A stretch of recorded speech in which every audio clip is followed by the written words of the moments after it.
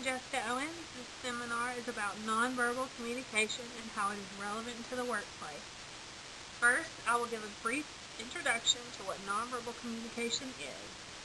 Then, Jessica McPherson will identify some precautions and things to keep in mind when studying and using nonverbal communication.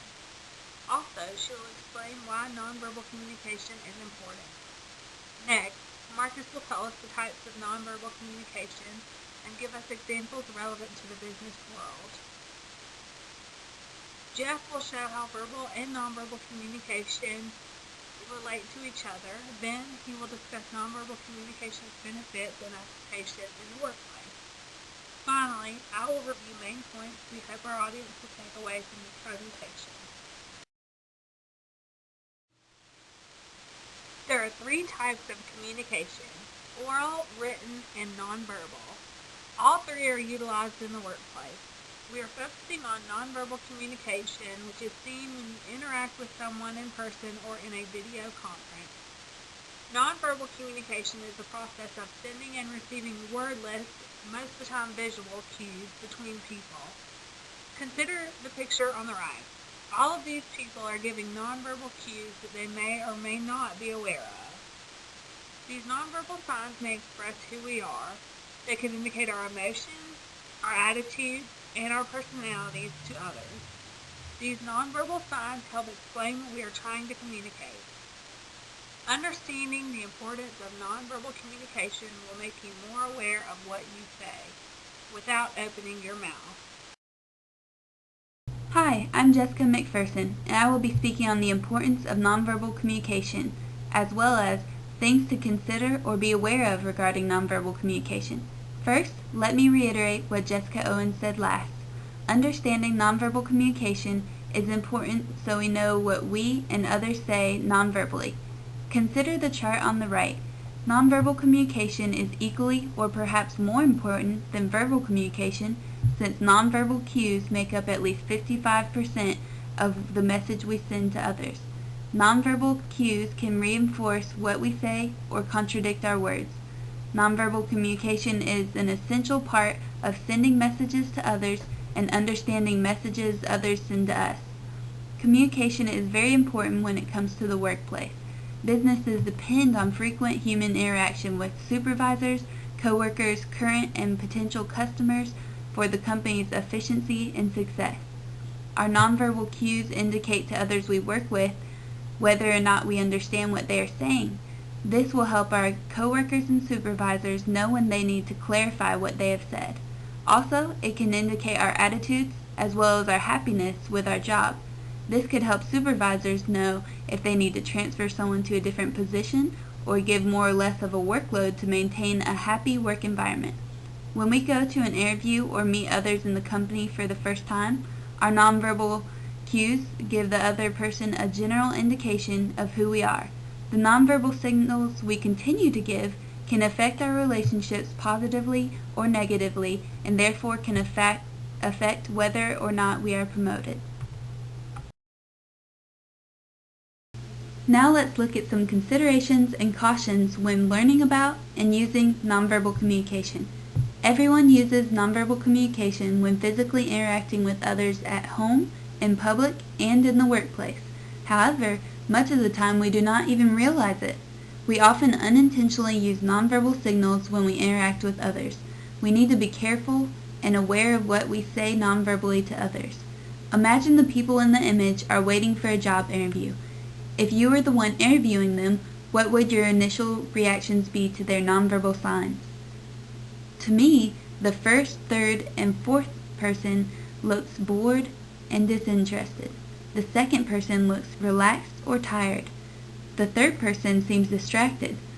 The last person seems focused but nervous. Remember that your first impressions are very important to how others perceive you and initial opinions of you. While these 5 people may be nervous or waiting for a long while, they need to be aware of what their nonverbal cues might say to their future employer. A second consideration is that nonverbal communication can be situational. Nonverbal cues can be interpreted differently based on the situation. We need to be aware of these situational differences. The same nonverbal cue can have multiple meanings.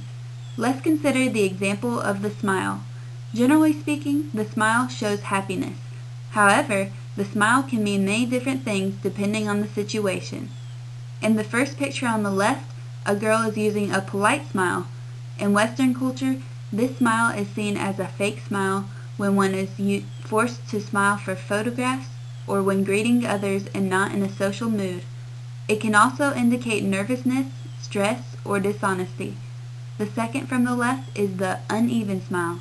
It is typically associated with humor and sarcasm.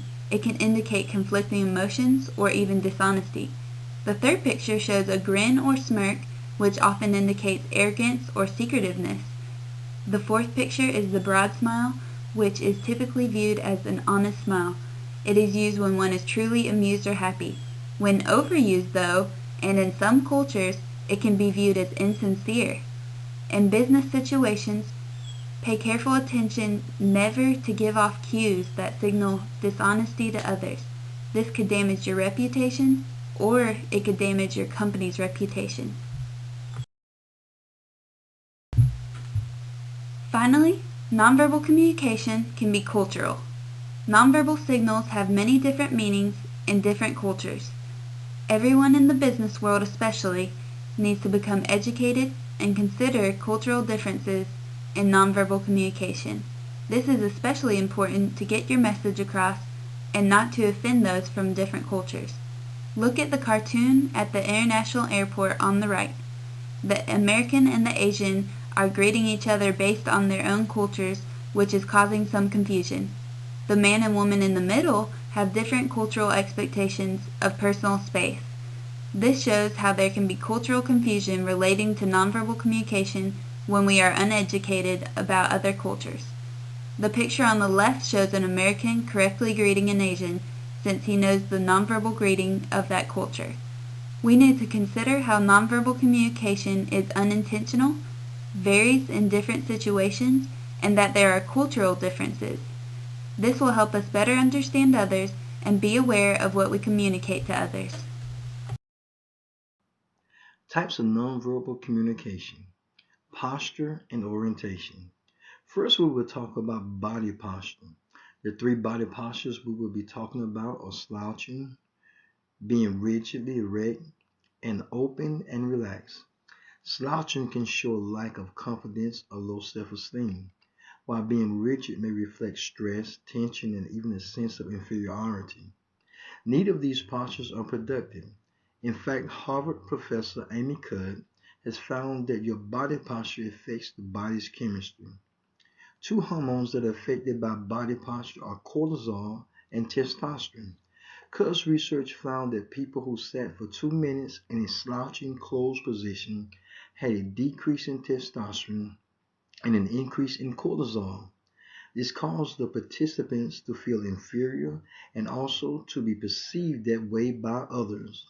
The participants who sat for 2 minutes in an open power position with arms spread, legs uncrossed, and a posture that inflated their stature had increased testosterone and decreased cortisol. These participants felt empowered and were energized. They excelled in high-stress situations. They were also hired more frequently than those who sat in a closed, rigid position with crossed legs and folded arms. Body orientation is also very important. Facing people shows you're interested in them and the content of their conversation, while turning away may be seen as rude. However, looking in their direction and turning your body away may imply you're interested but need to go.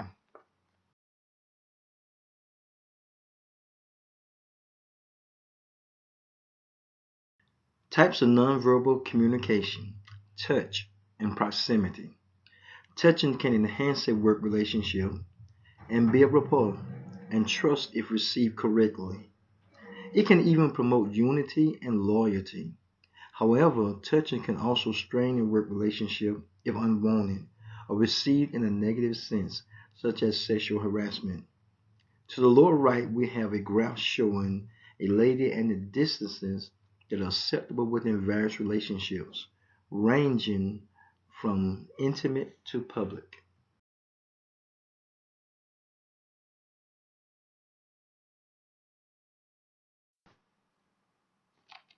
Appearance and environment. Gender and race are perhaps the foremost things noted in Western culture when speaking of appearance. Although once we get beyond that, there's even more areas of emphasis in physical appearance, such as neatness, level of physical fitness, beauty, or lack of. These are just a few ways we communicate nonverbally with our physical appearance, and how we dress and look can even be used to determine how credible we are. Even how we take care of our homes, workspace, and cars make nonverbal communications in our behalf.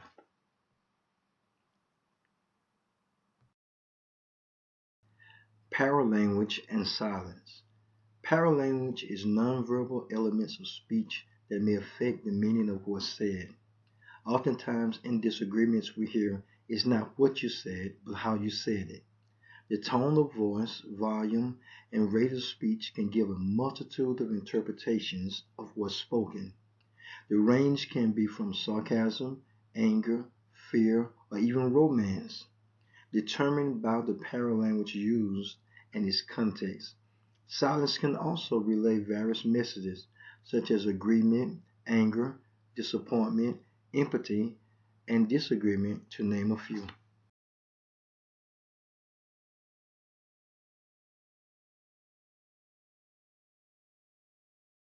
The final 2 points in this series are eye contact and facial expressions. The right amount of eye contact is important because too much or too little eye contact can create barriers in a conversation. Eye contact in relationships can show intimacy, be used to get attention, or as a method of influence. In public, making eye contact with someone walking towards you can actually say hello. There are no hard set rules in America concerning eye contact, except that an extended stare is considered rude. However, in Arab or Indian cultures, it is quite common to engage in an extended gaze. Looking someone in the eye is a part of American culture, but in the Asian culture, the lack of eye contact shows respect towards authorities. Facial expressions convey different meanings in different situations. For example, in the United States, smiles can mean joy and happiness. In some European countries, smiles may be used to hide true feelings. And in some Asian cultures, smiles are often used to cover embarrassment. Generally, however, there are 7 universal facial expressions, shown here. And according to a 1960 study by psychologist Paul Ekman, all cultures associate these 7 facial expressions with the same 7 emotions. Gestures are another type of nonverbal communication. They consist of movements of the hands, arms, or other parts of the body. Emblems are gestures that have a direct verbal translation. They are not part of a formal communication system, such as sign language, but they do have widely agreed upon meanings within cultures. Illustrators are hand movements that emphasize something that is said and typically cannot stand on their own. Examples are when we use our hands to depict the size and shape of something. As described in the table, different actions or gestures mean something different across cultures. So when communicating with other cultures, it is very important to understand their definition of the gesture. Now we'll discuss how nonverbal relates to verbal communication. Your nonverbal cues can repeat what you are saying, such as nodding your head while saying yes. Nonverbal communication can accent or complement verbal, like using a tone of voice to indicate your message, or nodding in agreement as someone speaks. Nonverbal can substitute words altogether, such as replacing the word no with a head shake. Most importantly to be aware of, nonverbal can contradict what is said, as seen with sarcasm and rolling of the eyes after saying something. Finally, we'll discuss benefits and applications to the business world. Nonverbal communication can increase the opportunity to interact with colleagues, competitors, clients, and potential clients through avenues outside of explicit word choice. Nonverbal communication in business occurs on a daily basis.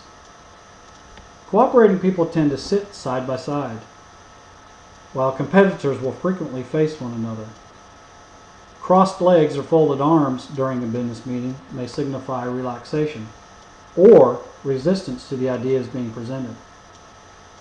Eye contact with a speaker during a business meeting communicates interest, and a manager in a company may maintain eye contact longer than a subordinate employee does. Posture, vocal tone, and eye contact can deliver subtle messages that reinforce what is being said to convey consistency and trustworthiness. Having a conscious awareness of your nonverbal communication when you are also communicating verbally allows others to receive the message the way you intended to deliver your message. Another benefit is that nonverbal communication can help demonstrate confidence, enthusiasm, and professionalism through your clothing choice, active listening cues, and the ability to present a message. Nonverbal communication can play a special role in the international business setting, where even with the aid of translators, there may be a natural wariness about the accuracy of intentions, details, or offers revealed. The manager's attitude, which is mostly communicated by nonverbal messages, can produce either positive or negative attitudes by the employees. This can affect their attitude and emotions when performing job duties and either raise or lower morale. In other words, communicating positive nonverbal cues when speaking with employees or coworkers can increase employee morale and job performance.